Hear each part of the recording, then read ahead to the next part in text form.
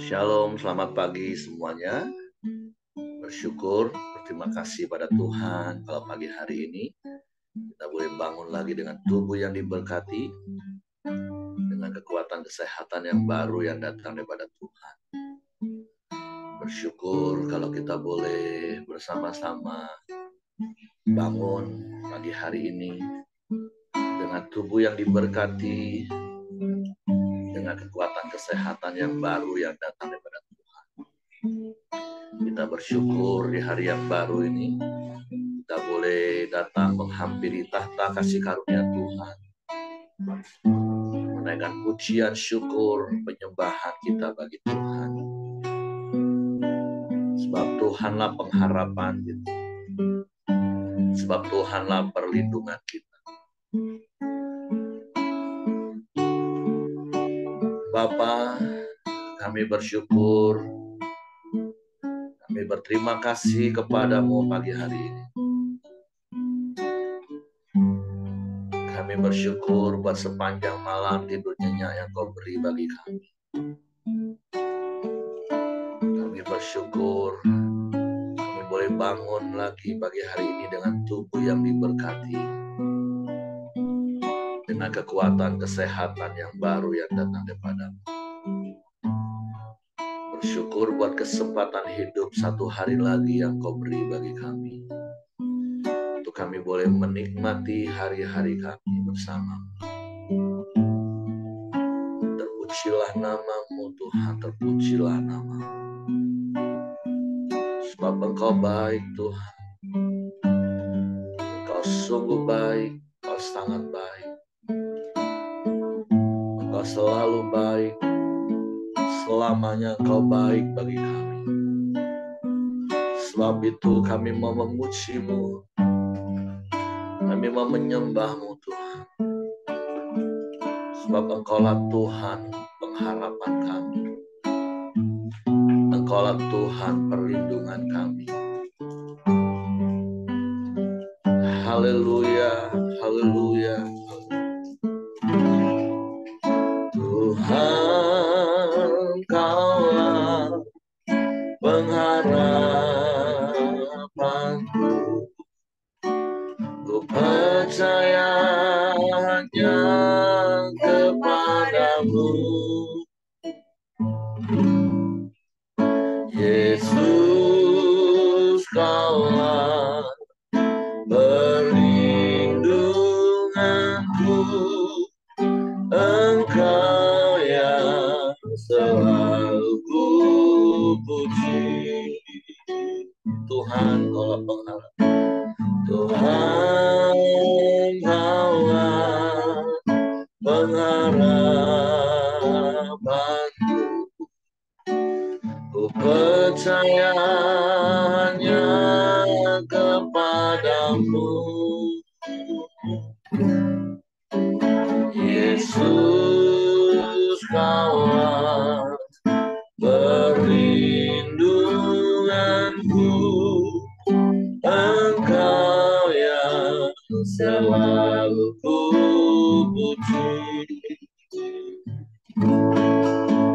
Mulutku penuh dengan pujian kepadamu, ya Yesus Tuhan. Panjang hari ku beri penghormatan kepadamu, ya Allahku. Tuhan, Kaulah pengharapanku, ku percaya hanya kepadamu. Yesus, Kaulah perlindunganku, Engkau yang selalu ku puji.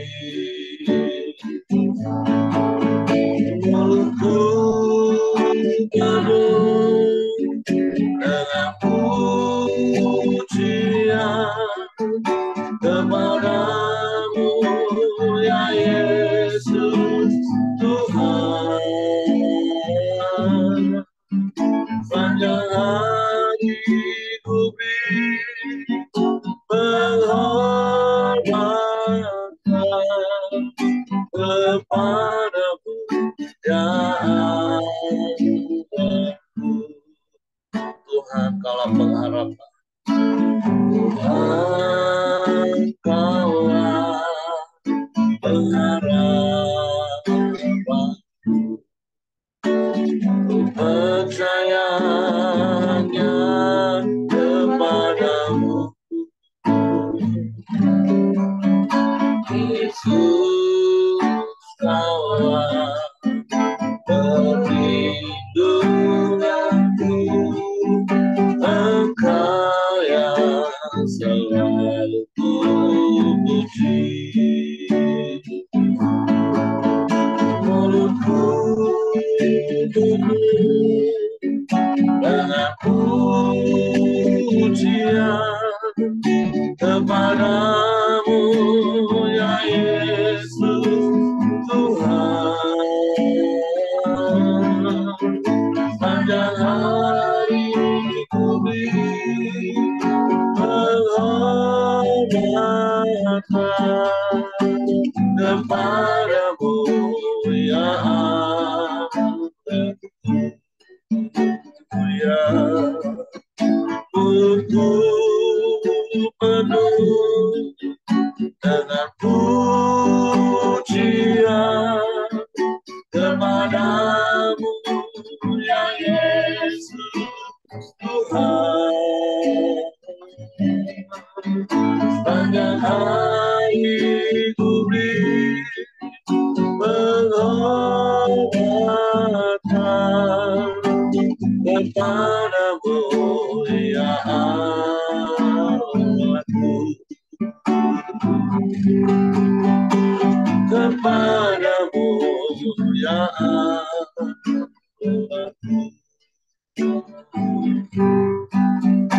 Kepadamu ya Allahku.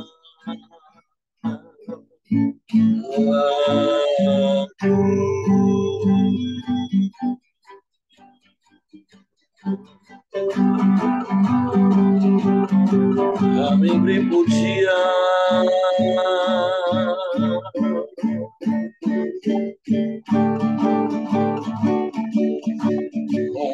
kami beri hormat,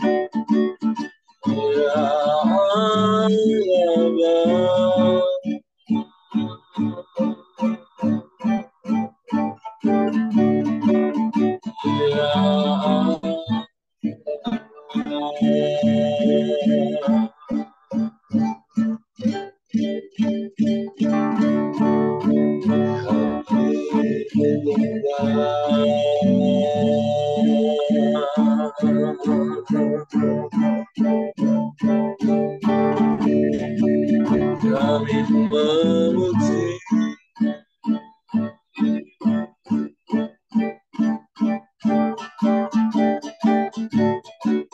meninggikan namamu,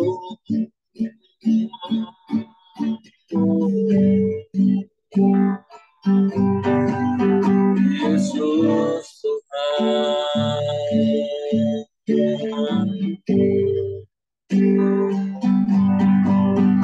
Kami puji,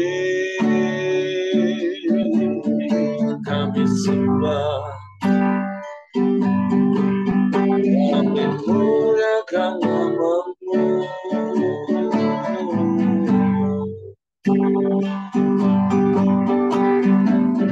Kami agungkan Engkau.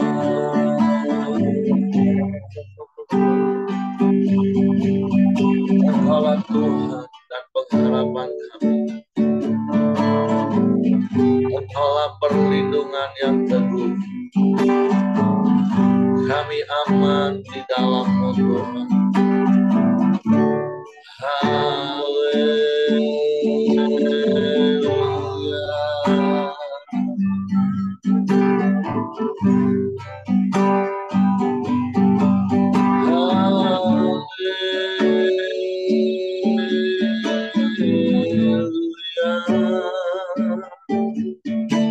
Terpujilah nama-Mu, terpujilah nama-Mu, Yesus Tuhan.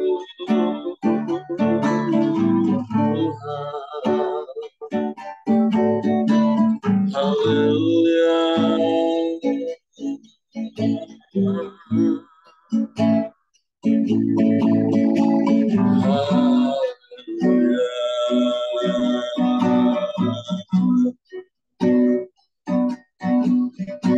Engkau baik Tuhan, Engkau sungguh baik, Engkau sangat baik.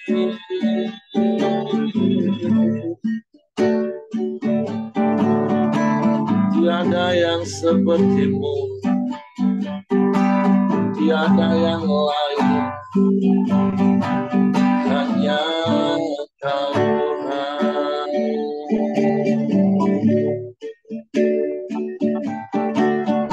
Kami puji, kami sembah, kami tinggikan nama-Mu, Yesus Tuhan.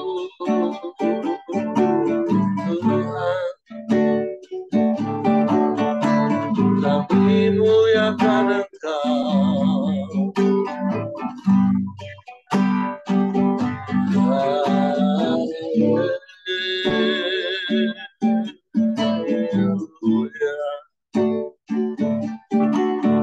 Terpujilah nama-Mu,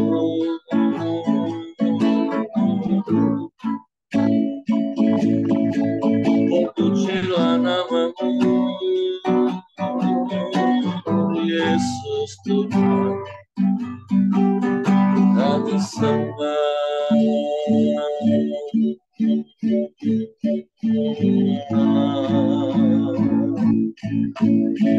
Kami puji Engkau.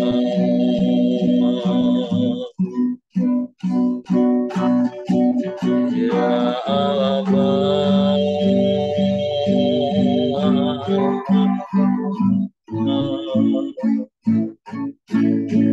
Ya Allah Bapa.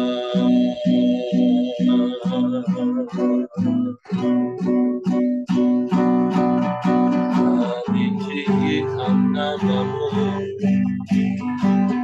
kami muliakan Engkau,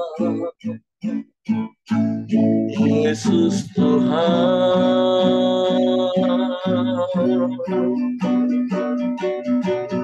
Ya Allah Bapa. Ya Allah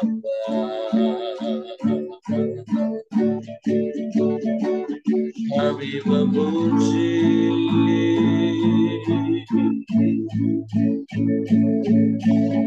kami menyembah, kami tinggikan nama-Mu, Yesus Tuhan.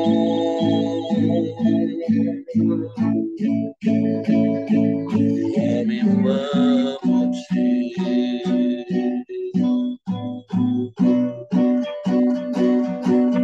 ya Allah Bapa.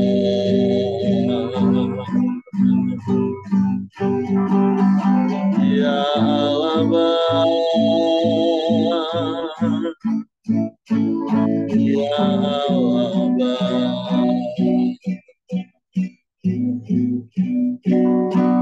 Engkau sungguh baik, Engkau sangat baik, Engkau selalu baik, selamanya Engkau baik Tuhan. Tiada yang seperti-Mu, tiada yang lain, hanya Engkau.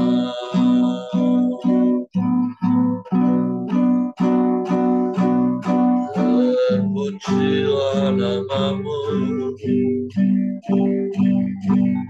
terpujilah nama-Mu,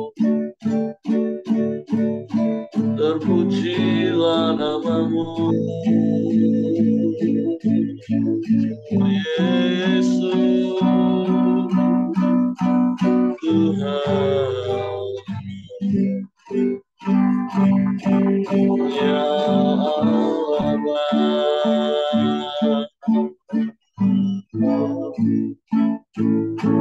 ya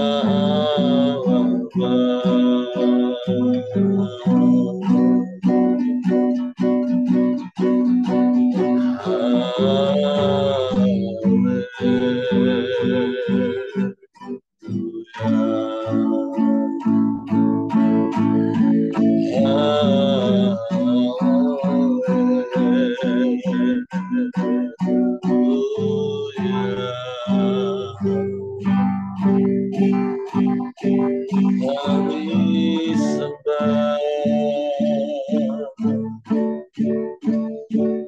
kami puji, kami muliakan nama-Mu, Yesus Tuhan. Haleluya, haleluya, syukur bagi-Mu. Terima kasih Tuhan, terima kasih, sebab kepada-Mu sajalah kami percayakan seluruh hidup kami. Sekalipun kami tak dapat melihat apa yang di depan kami, tapi kami mau percaya, sebab Engkau Allah yang setia. Engkau Allah yang tak pernah ingkar janji. Engkau Allah yang mengasihi kami.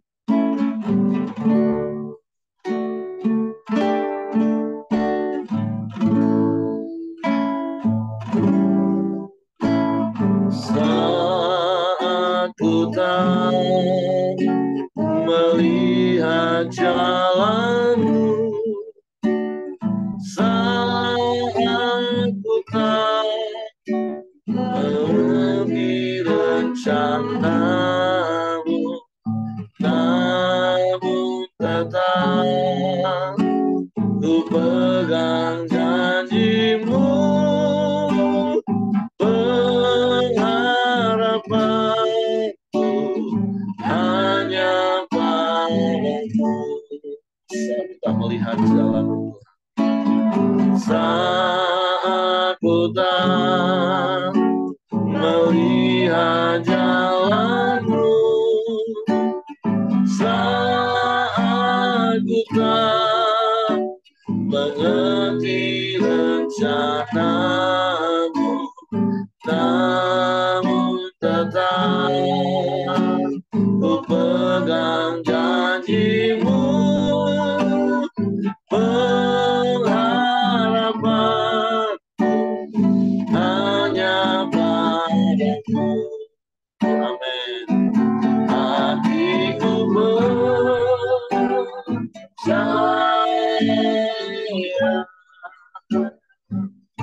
hatiku percaya,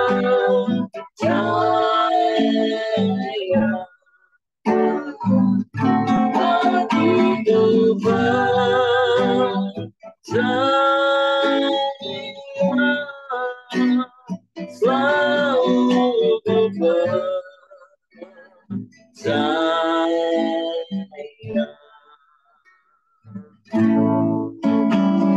Saat ku tak melihat jalanmu, saat ku tak mengerti rencanamu, namun tetap ku pegang janjimu. Harapanku hanya padamu, hatiku percaya,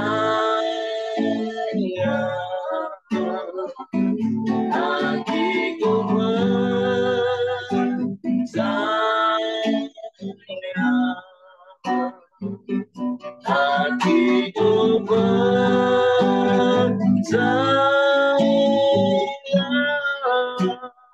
selalu ku percaya, hatiku percaya, amin. Hatiku percaya,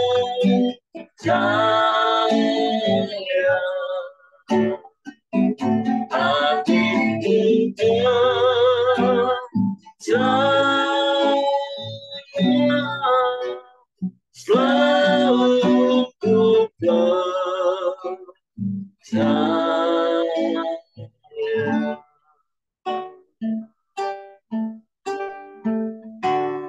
Ini yang kami mau lakukan dalam hidup kami, yaitu tuh selalu percaya kepadamu dalam segala situasi, kondisi, keadaan yang kami alami. Kami mau percaya dan mempercayakan hidup kami sepenuhnya ke dalam tangan-Mu. Sebab Engkau Allah yang setia. Engkau Allah yang tak pernah ingkar janji. Engkau yang selalu ada bersama dengan kami. Dan kami tahu hanya karena firman-Mu yang kami simpan dalam hati kami, itu akan membuat kami semakin percaya kepada-Mu. Sebab itu pagi hari ini kami buka hati kami lagi hanya untuk firman-Mu, supaya kami mengetahui kebenaran dan kebenaran itu memerdekakan kami. Roh Kudus, tolong kami untuk mengerti dan memahami firman, sehingga kami percaya firman dan kami melakukannya dalam hidup kami. Dalam nama Yesus kami sambut firman-Mu. Haleluya, haleluya. Amin. Oke, silakan Pak Yosia. Ya baik, selamat pagi Bapak Ibu. Selamat pagi. Pagi ini kita lanjut pembacaan kita dari surat 2 Tawarik ya. Nah, kalau kemarin kita sebelumnya sudah baca di dalam pasal yang kedua, yaitu mengenai perencanaan pembangunan Bait Allah ya. Di situ kita lihat bagaimana Daud ya berperan dalam merencanakan pembangunan Bait Suci ini ya. Jadi mulai dari bahan-bahannya, tukang-tukangnya, eh, sampai kepada tempatnya ya. Kita tahu bahwa awalnya memang idenya membangun dari bait suci ini berasal dari Daud ya. Nah, tetapi kalau di ayat yang ketiga kita tahu bahwa Salomo lah yang melaksanakan pembangunan bait suci ya. Seperti kemarin sudah disampaikan oleh Pak Heri, itu lokasinya bait suci itu ya berdekatan dengan tembok ratapan di kota Yerusalem ya, tepatnya di Bukit Moria ya. Ya memang saat ini bait suci itu sudah tidak kelihatan lagi gitu ya. Tapi sebenarnya kalau kita ke sana itu ada terowongan di bawah yang bisa kelihatan, masih ada sisanya begitu ya. Selisihnya cukup jauh juga, ada sekitar 20 meter juga ya di bawah tanah timbunan tembok ratapan itu ya. Nah, tentunya kita tahu bahwa kemarin sudah disampaikan ya, eh, Bait suci ini adalah bait suci yang sangat megah sekali ya, karena ukurannya sangat luas sekali dan tentunya dari bahan-bahan yang bagus, bahan-bahan yang mewah, ya, bahan-bahan yang punya standar yang sangat tinggi ya kalau eh, kita perhatikan begitu. Nah, pada pasal 4 hari ini bicara tentang perlengkapan atau perabotan-perabotan yang ada di dalam bait suci ya. Saya bacakan dari 2 Tawarik pasal yang keempat ya. Lalu ia membuat mezbah tembaga yang 20 hasta panjangnya dan 20 hasta lebarnya dan 10 hasta tingginya ya. Jadi eh, mezbah tembaga ini mezbah yang berada di paling luar begitu ya. Sebelum masuk ke dalam bait suci itu ada mezbah tembaga ya, dikatakan panjangnya 20 hasta ya. Satu hasta itu sekitar 45 cm. Jadi eh, mezbah ini sebenarnya cukup besar juga ya. Itu kalau disetarakan 20 hasta itu 9 meter ya. Jadi eh, dan ini adalah kalau kita tahu bahwa ini adalah tempat di mana korban persembahan diletakkan nantinya ya. Ya, ini tentunya dari mana Salomo tahu ini? Ya, tentunya dia belajar dari kemah suci ya. Jadi selama ini memang eh, sekalipun mereka sudah punya raja ya, tapi tempat ibadah mereka itu hanya apa? Sebuah kemah suci yang bisa berpindah-pindah ya. Maka eh, ketika itu memang atas ide dari Daud supaya kemah suci ini dipermanenkan di dalam bentuk bait suci. Ada kemah sucinya di dalamnya ya, ada ruang kudus, ada ruang maha kudus tentunya. Nah, ini tentunya kita tahu tradisi ini dimulai di dalam Perjanjian Lama ketika masa keluaran dulu ya, di kitab Keluaran, ketika bangsa Israel keluar dari Mesir ya, mereka selalu membawa kemah suci kemana-mana gitu ya, sehingga mereka sampai di Kanaan. Di ayat kedua dikatakan, kemudian dibuatnyalah laut tuangan yang 10 hasta dari tepi ke tepi, bundar keliling 5 hasta tingginya, dan yang dapat dililit berkeliling oleh tali yang 30 hasta panjangnya. Ya, nah dimaksud dengan laut tuangan ini bukan laut ya maksudnya. Maksudnya ini adalah sebuah bejana yang besar ya, yang berisi air yang biasa digunakan oleh imam-imam itu saat upacara pembasuhan ya. Jadi ini apa maksudnya? Ini maknanya itu melambangkan kesucian di dalam bait suci. Jadi ketika para imam masuk ke dalam kemah suci ini ya, mereka harus kudus dulu sehingga mereka harus membasuh dulu ya, menyucikan ya diri lalu meminta permohonan untuk pengampunan untuk dirinya dulu sendiri dulu ya, baru dia bisa datang masuk ke dalam kemah suci untuk mengampuni para umat yang meminta pengampunan dosa. Ayat ketiga, di sebelah bawah tepinya ada gambar lembu-lembu yang mengelilinginya sama sekali 10 dalam sehasta. Merangkum laut itu berkeliling. Lembu itu 2 jajar dituang setuangan dengan bejana itu. Lalu laut itu menumpang di atas 12 lembu, 3 menghadap ke utara dan 3 menghadap ke barat, 3 menghadap ke selatan dan 3 menghadap ke timur. Laut itu menumpang di atasnya, sedangkan segala buntut lembu itu menuju ke dalam. Tebal laut setapak dengan setapak tangan dan tepinya serupa tepi piala, seperti bunga bakung yang berkembang.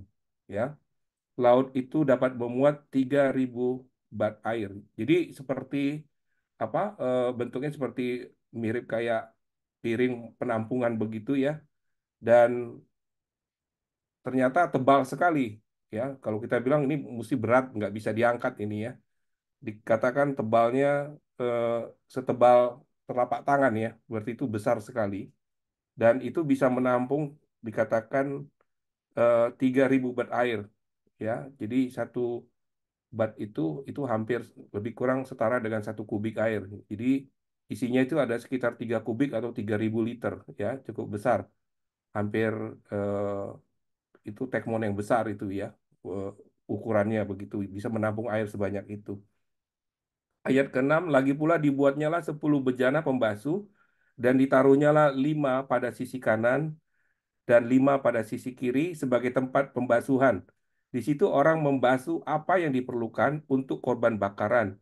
Sedangkan laut itu adalah untuk para imam sebagai tempat pembasuh.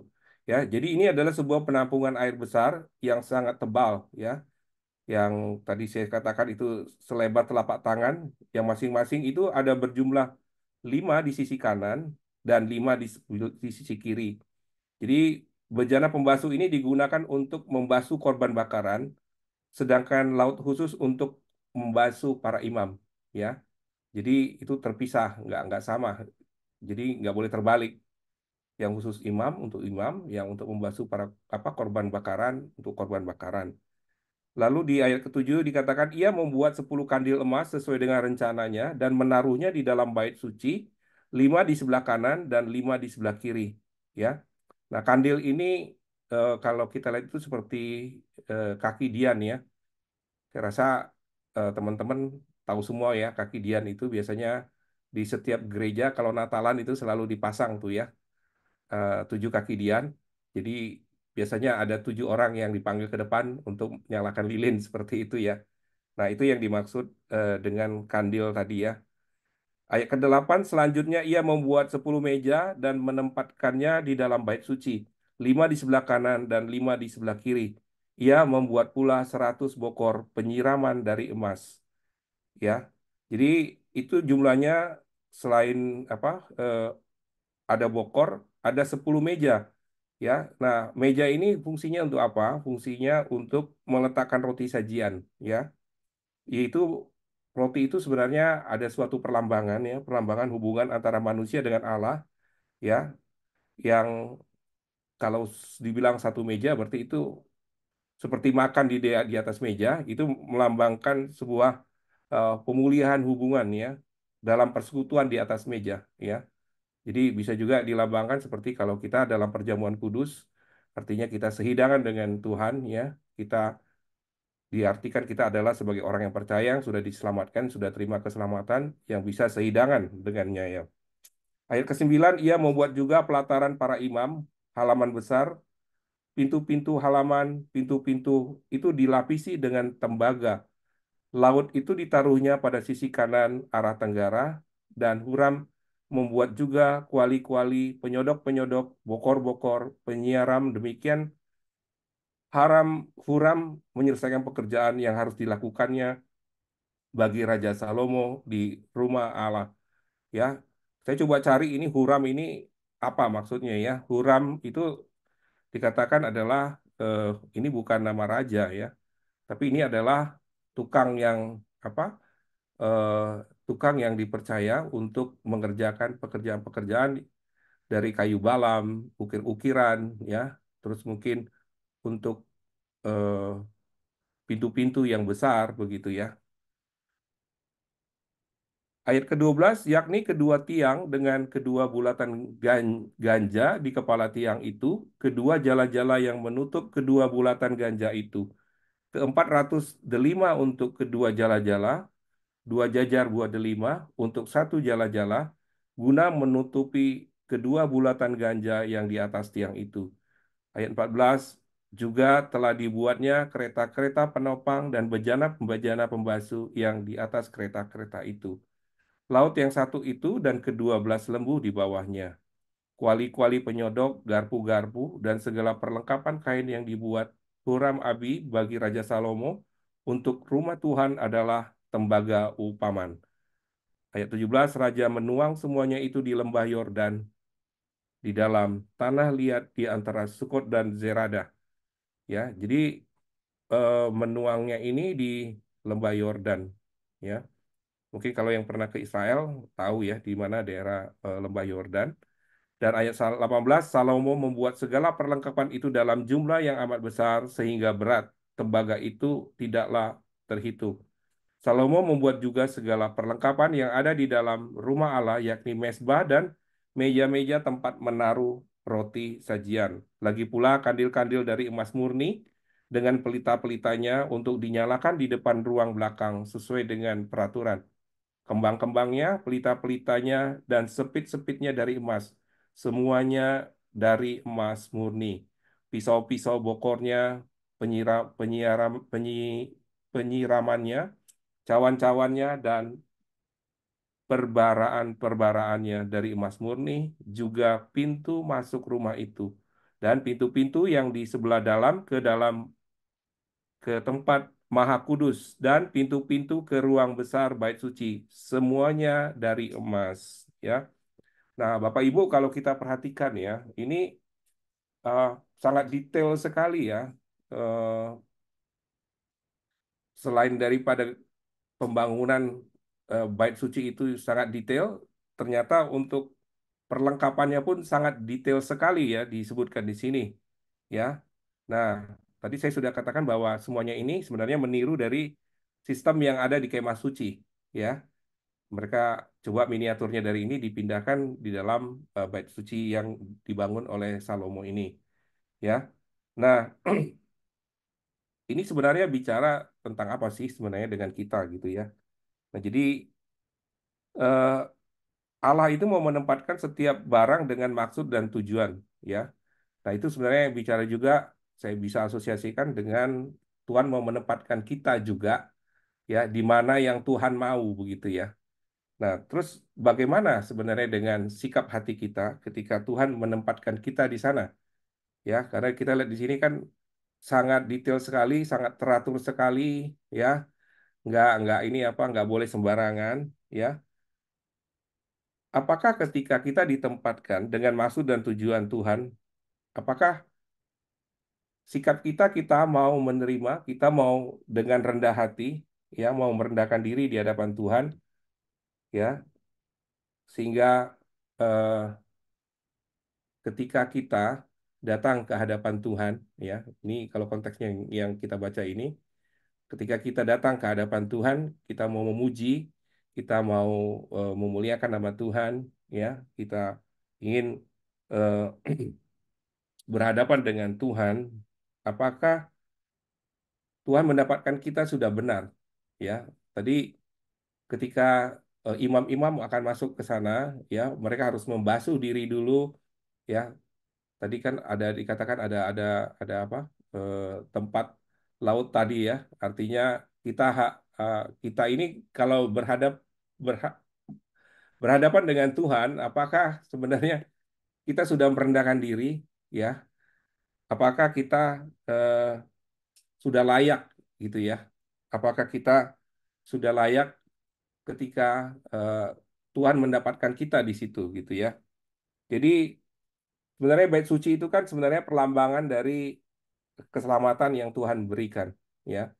Jadi dalam konteks perjanjian baru sudah tidak ada lagi bait suci ya, tetapi ini bicara tentang pengorbanan yang sudah Kristus berikan ya kepada kita secara cuma-cuma ya.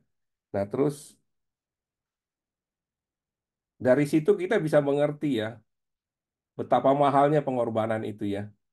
Artinya bait suci yang begitu megah sekali itu tidak ternilai digantikan dengan darah Kristus yang sudah mati di kayu salib ya untuk menebus dosa kita ya. Kalau Bapak Ibu mungkin kalau ke Israel, saya baru tahu juga bahwa sinagog itu sebenarnya bukan bait suci ya.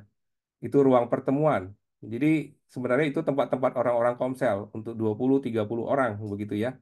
Bait sucinya sudah nggak ada lagi begitu ya.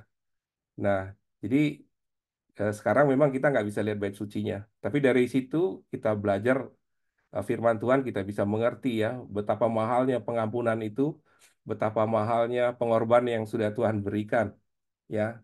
Dan kita tahu juga adanya tembok ratapan yaitu berbicara tentang ketika bait Allah ya, tempat yang maha suci itu, tempat penebusan dosa itu dihancurkan sehingga mereka meratapi ya bagaimana mereka tidak memiliki lagi bait suci ya. Nah, mereka bisa meratap bagaimana dengan kita ya, keselamatan yang sudah yang sudah Tuhan berikan, apakah kita menghargai keselamatan yang sudah Tuhan berikan ya, dengan darah yang sangat mahal, dengan darah yang tak terharga ternilainya itu, bagaimana sikap kita ya dengan keselamatan yang Tuhan sudah berikan kepada kita. Apakah kita mau memberikan hati kita ya sepenuhnya kepada Tuhan ya? Apakah kita sungguh-sungguh ya eh, menghargai keselamatan yang sudah Tuhan berikan? Dan apakah keselamatan yang sudah Tuhan berikan itu sudah kita bagikan kepada orang lain ya? Keselamatan yang sudah Tuhan berikan itu kan memang bukan hanya untuk kita sendiri, tetapi kepada semua orang yang kita kenal ya. Karena Tuhan mau tidak ada seorang pun yang tidak diselamatkan ya. Nah, terus ada juga yang ini jadi eh, eh, ini dalam hati saya juga ya. Bagaimana dengan eh, ini bangun bait suci ini kan itu sepertinya ya tidak semua orang mungkin setuju ya. Ini kan bikin bait suci ini kok mahal sekali gitu ya. Apakah memang eh, kalau kita melihat ya banyak juga orang-orang Kristen sekarang yang punya gereja-gereja yang boleh dikatakan mega church begitu ya. Nah, apakah sebenarnya kalau mega church itu eh, bagaimana sikap kita dengan mega church seperti itu? Ya, apakah kalau dalam konteks Alkitab ya sebenarnya Tuhan lebih kepada membangun membangun bait ini kita ya secara rohani begitu ya. Nah, kalau kita lihat juga ya untuk apa juga gitu ya Daud eh, mempunyai ide untuk membangun bait suci yang begitu besar. Bukankah biayanya itu begitu sangat mahal? Dan ketika mereka tidak berkenan, ya Tuhan izinkan bait suci itu juga runtuh dengan sendirinya begitu ya. Dan Tuhan bisa memakai orang-orang lain untuk melenyapkan bait suci itu. Nah, tapi kalau kita perhatikan ya, sebenarnya ini bicara juga tentang sikap hati daripada Daud ya. Jadi sebenarnya ide membangun bait suci itu kan Daud itu sebenarnya nggak punya keinginan untuk memegahkan dirinya, ya, apalagi untuk pansos begitu ya. Justru ketika dia tidak diizinkan untuk apa melakukan pembangunan bait suci, dia tidak kecewa, ya. Dan kita juga lihat bahwa bait suci itu juga nggak diganti namanya, sekalipun anaknya udah pakai nama saya aja bait bait Daud begitu ya, nggak, ya. Tapi dia mempunyai sikap hati yang benar begitu ya. Nah, jadi kalau melihat segala sesuatunya juga ya. eh, apakah sebenarnya membangun bait suci yang megah itu sesuai dengan firman Tuhan? Ya, kalau menurut saya kembali lagi kepada motivasi kita, ya, motivasi kita apakah kita membangun bait suci itu memang untuk memuliakan nama Tuhan, ya, ataukah eh, itu eh, untuk apa? Untuk memuaskan keinginan hati kita, ya. Tetapi kalau kita belajar juga dari Daud, sebenarnya nggak seperti itu, ya, karena dia juga merasa bahwa eh, kalau rumah kita juga dibangun dengan standar yang tinggi, kenapa rumah Tuhan asal-asalan aja dibangun? Ya, seperti itu.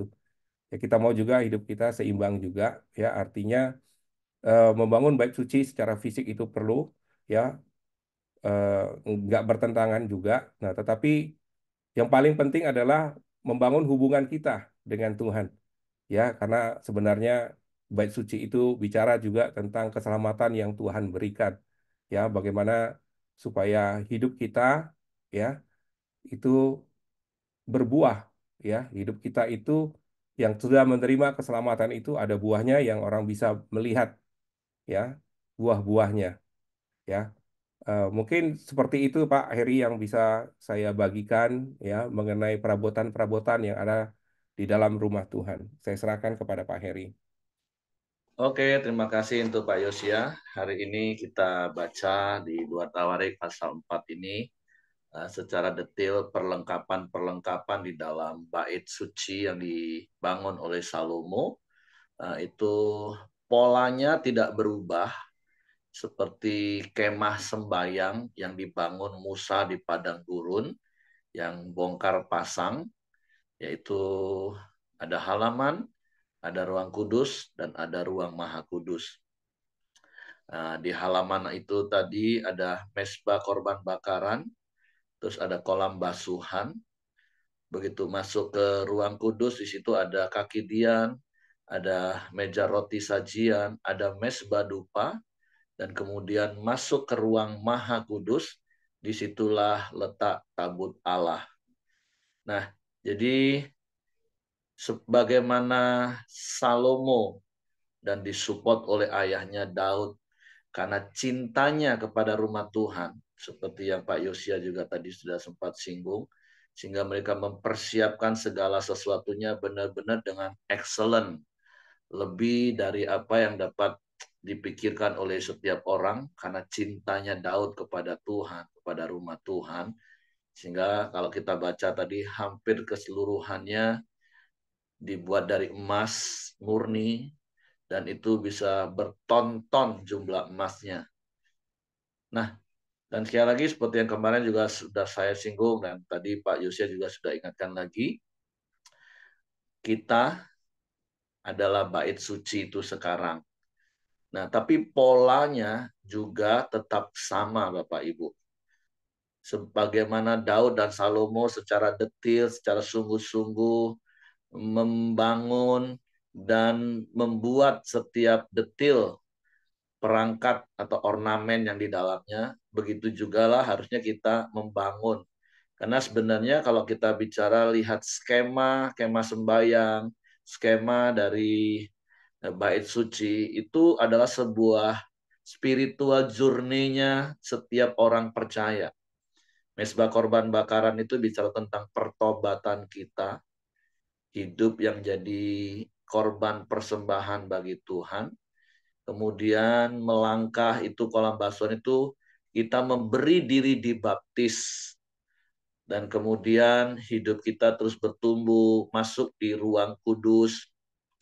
Ada kaki dian, bicara tentang urapan roh kudus yang harus terus kita jaga. Kalau Bapak Ibu masih ingat pagi dan petang, para imam itu harus menjaga apinya nggak boleh padam. Begitu juga dengan meja roti sajian yang di atasnya selalu tersaji pagi dan petang roti sebanyak 12 sesuai jumlah suku Israel. Kemudian maju di situ ada mezbah dupa, di mana di situ ada dupa yang dibakar sebagai penyembahan kepada Tuhan. Baru masuk ke ruang Maha Kudus di mana ada tabut Allah, di situ bukti kehadiran Allah. Nah, seperti itulah hidup yang harus kita bangun. Karena hidup kita ini adalah bait sucinya Allah sekarang. Jadi artinya itu yang harus kita kerjakan setiap hari. Bahkan kalau tadi kita lihat jumlah yang dibangun oleh Salomo itu berlipat-lipat dari apa yang ada di padang gurun selama 40 tahun waktu kemah sembayang yang Musa buat.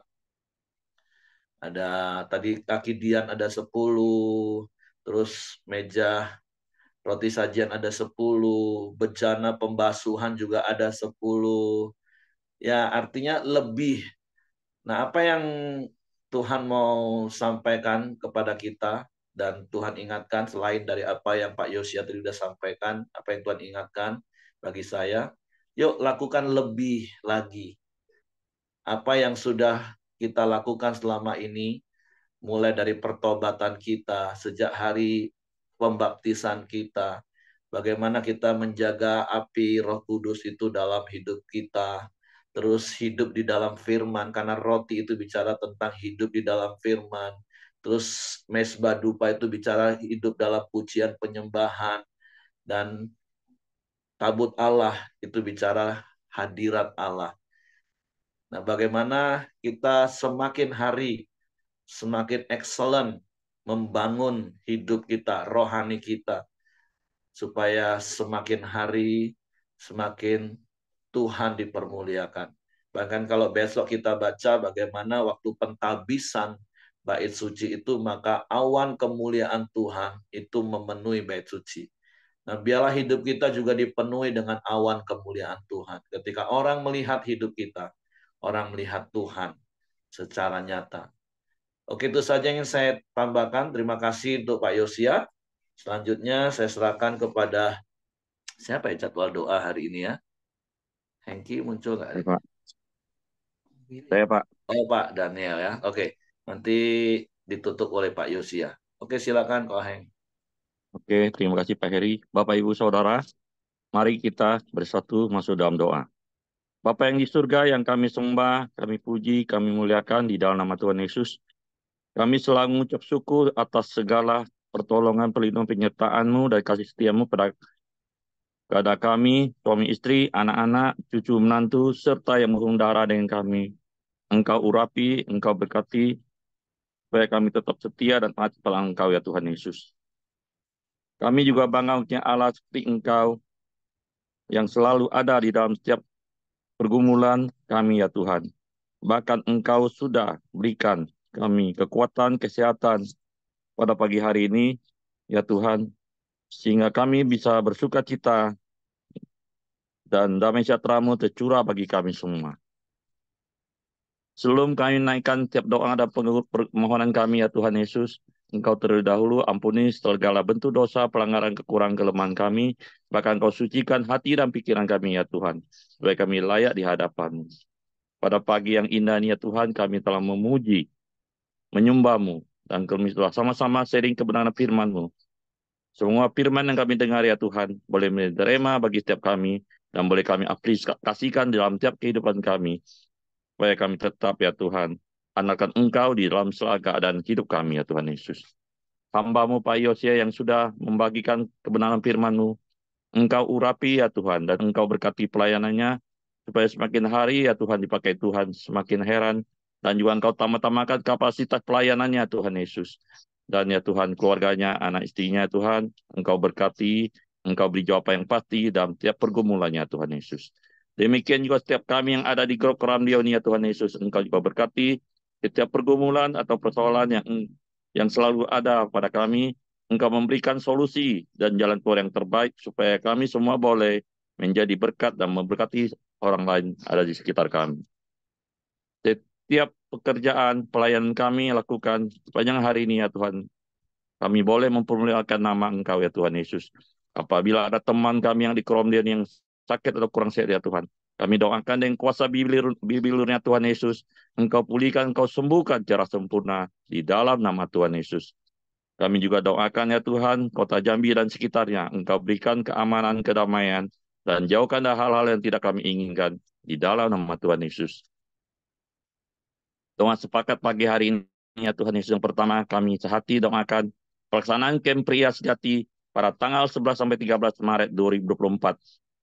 Kami doakan semua peserta, pemurid, pembicara, WL, Engkau berkati mereka dengan kekuatan kesehatan yang supaya dapat mengikutinya sampai selesai, dan para pria boleh dipulihkan keluarganya. Engkau juga berkati dana dan tempat trading center yang dipakai untuk pelaksanaan acara ini. Di dalam nama Tuhan Yesus, Engkau lancarkan, Engkau berkati semua hamba-Mu yang terlibat dalam acara tersebut. Di dalam nama Tuhan Yesus. Yang pokok doa yang kedua, kami juga doakan proses kelahiran anak cucu kami dari pasangan Adi dan Desi melalui proses caesar di Rumah Sakit Siloam Jambi yang akan dilaksanakan pada tanggal 8 Maret 2024. Engkau lancarkan, Engkau berkati ibu dan anaknya sehat di dalam nama Tuhan Yesus tanpa kekurangan apapun. Terima kasih ya Tuhan. Pada hari ini juga ya Tuhan, kami sehati berdoa bagi bangsa dan negara Indonesia dan pemerintahan ya Tuhan Yesus. Engkau berkati Indonesia tetap bersatu dan jauhkan dari perpecahannya Tuhan. Aparat TNI dan Polri tetap setia menjaga kedaulatan Republik Indonesia dari kota sampai ke desa terpencil sekalipun, supaya tetap aman damai selalu bangsa Indonesia. Para pemimpin pusat mulai dari Presiden, Wakil Presiden, para menteri dan jajarannya. Demikian juga ya Tuhan, pemerintahan daerah mulai dari gubernur, wali kota, bupati, camat, kelurahan, bahkan sampai ke RT RW ya Tuhan Yesus. Mereka bekerja dengan hati nurani yang benar demi kemajuan dan kesejahteraan untuk seluruh rakyat Indonesia. Dan juga Engkau taruh roh takut akan Engkau ya Tuhan Yesus, supaya kami umat Kristiani semuanya boleh diberi kebebasan untuk beribadah dan memuliakan nama Engkau dimanapun kami berada ya Tuhan, baik di kota sampai ke desa-desa ya Tuhan. Dan kami juga ya Tuhan, doakan hasil bumi dan hasil alam, Engkau selalu berkati ya Tuhan Yesus, untuk kesejahteraan dan kemakmuran seluruh rakyat Indonesia. Kami juga tak lupa doakan ya Tuhan, untuk seluruh gereja-gereja dari berbagai dominasi, bersama-sama seluruh hamba-hamba Tuhan dan seluruh umatnya Tuhan, selalu unity dan bersatu memberitakan kabar baik dan amanat agung-Mu, dan boleh menjadikan garam dan terang, serta menjadi surat terbuka sehingga boleh menjangkau jiwa-jiwa yang belum mengenal Engkau ya Tuhan. Dan mereka boleh datang dan bertobat sehingga boleh menjadikan bangsa Indonesia setiap lutut bertelut, setiap lidah mengaku bahwa Engkaulah Tuhan yang patut disembah dan ditinggikan ya Tuhan Yesus. Di dalam nama Tuhan Yesus. Bapak Ibu Saudara, mari kita naikkan doa Bapa kami. Bapa kami yang di surga, dikuduskanlah nama-Mu. Datanglah kerajaan-Mu, jadilah kehendak-Mu di bumi seperti di surga.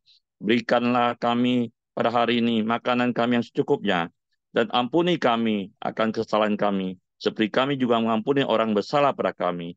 Dan janganlah membawa kami ke dalam pencobaan, tetapi lepaskanlah kami dari perang jahat. Karena Engkaulah mempunyai kerajaan, dan kuasa, dan kemuliaan, sampai selama-lamanya. Amin. Bapa di dalam surga, sekali lagi kami mau bersyukur untuk setiap kebaikan dan kemurahan-Mu ya Bapa. Bapa, biarlah kami boleh menghargai keselamatan yang sudah Engkau berikan kepada kami ya Bapa. Dan supaya kami melakukan apa yang Kau kehendaki ya Bapa. Bagaimana karya keselamatanmu itu ya begitu mahal dan begitu indah ya buat hidup kami ya Bapa. Supaya setiap orang juga boleh menerima kabar kebaik. Setiap orang menerima keselamatan dan setiap orang menjadi percaya bisa diselamatkan hidupnya ya Bapa.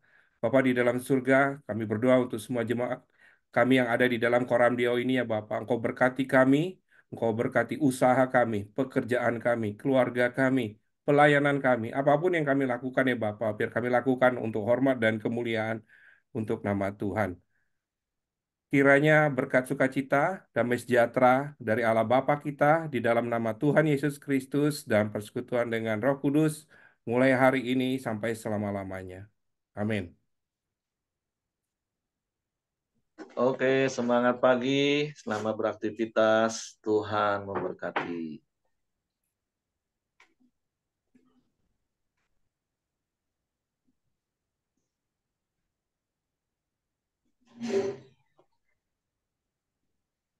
Pak Oke, Heri, ya.